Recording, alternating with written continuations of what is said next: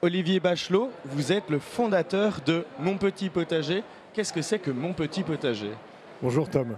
Alors Mon Petit Potager, ce sont des carrés potagers fabriqués en France, dans l'Ain, dans le département de l'Ain, et avec du bois naturel, donc il n'est pas traité. C'est un carré potager qui est très facile à installer puisqu'en fait c'est un rail dans lequel on vient glisser les planches.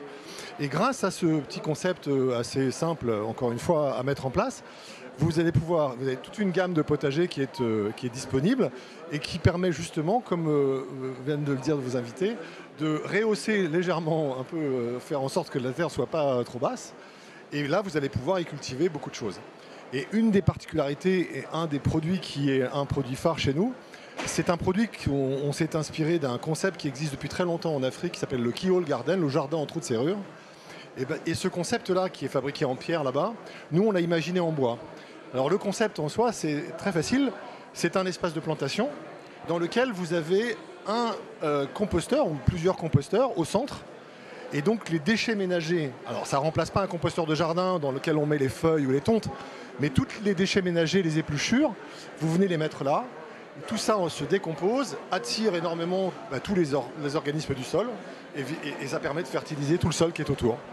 Il y a une histoire aussi un peu de mélange entre du thé de compost, du compost, des vers qui viendraient se nourrir dedans. Comment ça se passe? Alors tout à fait. Et alors il y a une grande partie du thé de compost qui est lessivé dans le sol, mais il y a aussi énormément de plantes qui vont venir. La tomate, par exemple, elle a un système racinaire qui est très, très grand et elle va pouvoir venir chercher elle-même, en tout cas les nutriments dont elle a besoin.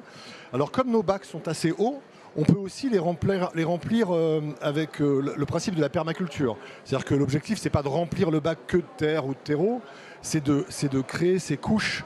On alterne les couches de matières brunes, donc mortes en fait de carbone, et les matières humides, vertes. La technique de la lasagne. Exactement, aussi. c'est la technique de la lasagne.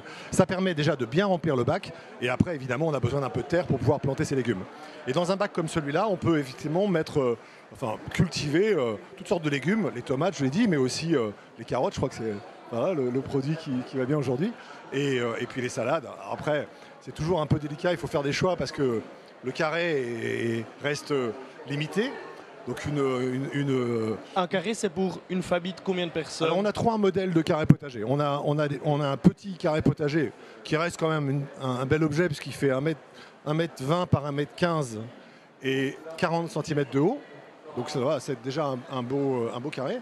Ensuite vous en avez un rectangle qui fait 170 par 120 et le très grand qu'on a vu tout à l'heure sur l'écran qui lui fait 175 par 170. Donc c'est vraiment des carrés qui permettent quand même de cultiver pas mal de choses. Je crois même que vous en avez des qui sont accessibles pour les gens en fauteuil roulant, c'est ça? Alors on a aussi des carrés potagers qui sont sur pied, qui là pour le coup sont parfaits pour les balcons, les terrasses.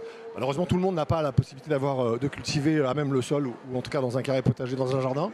Donc on a aussi effectivement une offre, on propose une offre pour les terrasses et les balcons. Et on est d'accord que quand on l'arrose, ça ne va pas arroser le balcon du voisin en dessous? Alors l'excès d'eau, en fait, entre chaque lame, il y a un petit passage qui permet l'excès d'eau de s'évacuer. Mais non, en toute logique, comme une bonne pluie, après tout ça est on va dire dilué en quelque sorte et lessivé. Alors pour le Keyhole Garden, c'est aussi la raison pour laquelle on préconise pas de le mettre sur balcon terrasse parce que le compost, lui, génère un jus très très puissant.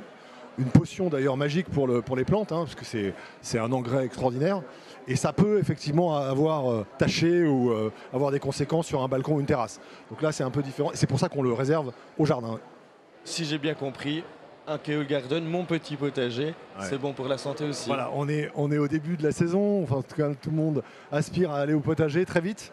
Et effectivement, le Keyhole Garden est un outil formidable. Pédagogique aussi, puisqu'en fait on a toute la dimension zéro déchet qui est intéressante aussi. Mais surtout, on a la possibilité, comme vous l'avez dit, de cultiver ses propres légumes. Et on n'a pas trouvé mieux, en tout cas pour se régaler et pour être en bonne santé. En tout cas, merci beaucoup. Moi, je vais retrouver mes invités pour continuer à parler potager.